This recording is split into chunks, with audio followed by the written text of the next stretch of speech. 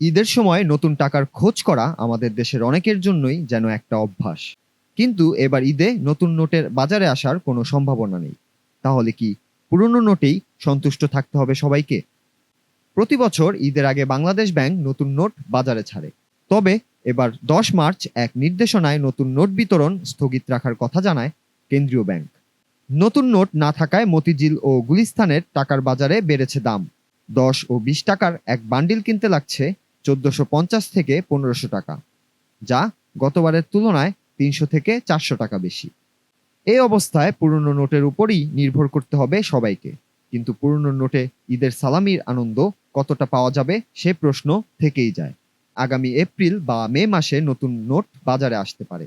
নোটের নকশায় আসবে পরিবর্তন, যেখানে বঙ্গবন্ধু শেখ মুজিবুর রহমানের ছবি পরিবর্তিত হয়ে জুলাই আন্দোলন ও দেশের বিভিন্ন স্থাপনার চিত্র তুলে ধরা হবে নতুন নকশায়।